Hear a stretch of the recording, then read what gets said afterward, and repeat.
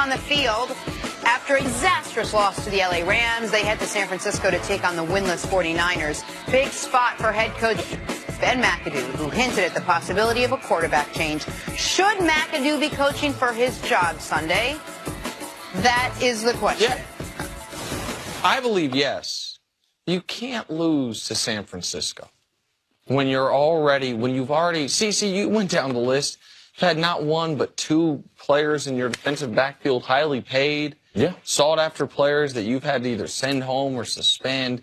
You have anonymous players texting or calling Josina Anderson, basically saying they want you fired. Now, that's not what they told her. What they told her is, they've lost faith. And we've been holding this for a long time. Didn't want to say anything, but enough is enough. But the only reason they come out and say it is if they want you fired. You have, at multiple times, gone out of your way to the media to undercut your quarterback, Eli Manning, early in the year before your season was lost. Most recently this year, you being the one to bring up, hey, we might go to Davis Webb. Just keep that in mind so we have the quarterback discussion. Meanwhile, your team, your offense has been terrible. And even when you were 11-5 last year, offense wasn't very good last year either. People are like, oh, how can you fire a coach after he goes 11-5? Well, you promote your offensive coordinator to head coach. You go 11-5 because of a great defense and because of a transcendent talent in Odell Beckham. Not because you had this Kyle Shanahan style diverse offense that's running away with games from people. So I think you just have to ask yourself the question, if you're the New York Giants, are we better off with or without Ben McAdoo? And if you can't beat the Niners, who aren't even playing Jimmy Garoppolo yet, I think the answer is better off without him.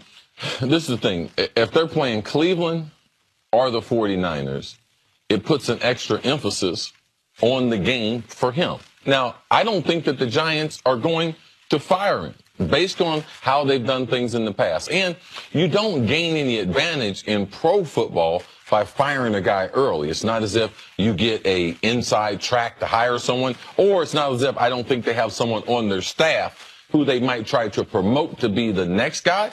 But if you lose as the Giants to the worst two teams in football, that being Cleveland and the team they're playing in San Francisco, I believe, and style, how for which they go about doing it, I believe will be pretty important.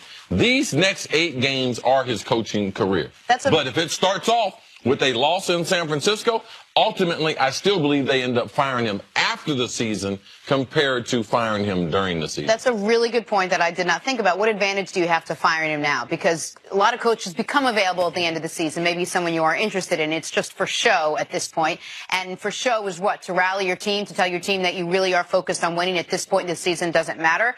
Of all the things you listed, of the players that have stopped playing for him, of the penalties, walking out of practice and quitting and their win-loss record and all of it, the smallest thing for me was the biggest thing. The fact that someone asked him what he said when he went into the locker room at halftime to get his guys back in it. Wow. He literally had no words. I mean, I don't even mean that figuratively.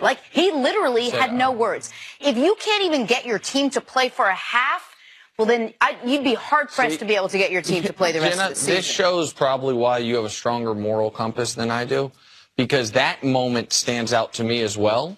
But not because he had no words for his team at the halftime, but because he couldn't think on his feet quick enough to come up with a lie.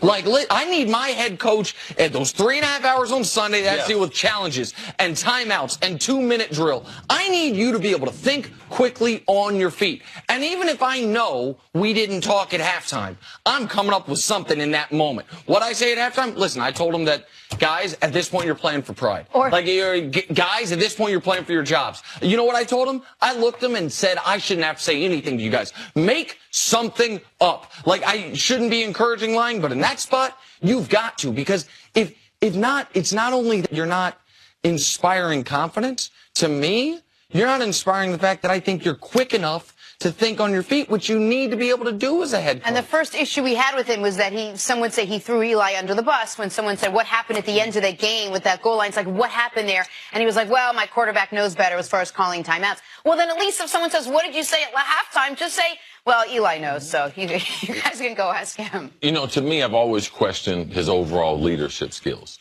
Is he the leader of the type of men that play in the NFL? And I'm not convinced that he is. I thought the Giants would have more patience with him, typically because he was in-house. But their offense hasn't been great for 3 years. Last year, their defense carried them. And their overall lack of team discipline, not only this season, but in the previous season. We're even leaving out when Odell acted a fool with the acting like a dog. Who had to talk to him? Not the head coach, the owner. Yeah. Like, I mean, there the have only been reason why signs the of owner this. would talk to him was because if he felt like in talking to, because the owner talked to the general manager and the coach before Odell, before you get to him, either after the game or the next day you call him to your office. Obviously, that chain of command they weren't comfortable with, and he said, I'm going to supersede them, and I'm going to call him in myself. Yes. All right, coming up, how much trouble are the Seahawks in without Richard Sherman? That's next. First things first. Trouble. Yeah. So tough injury. Feel so terribly for Rick.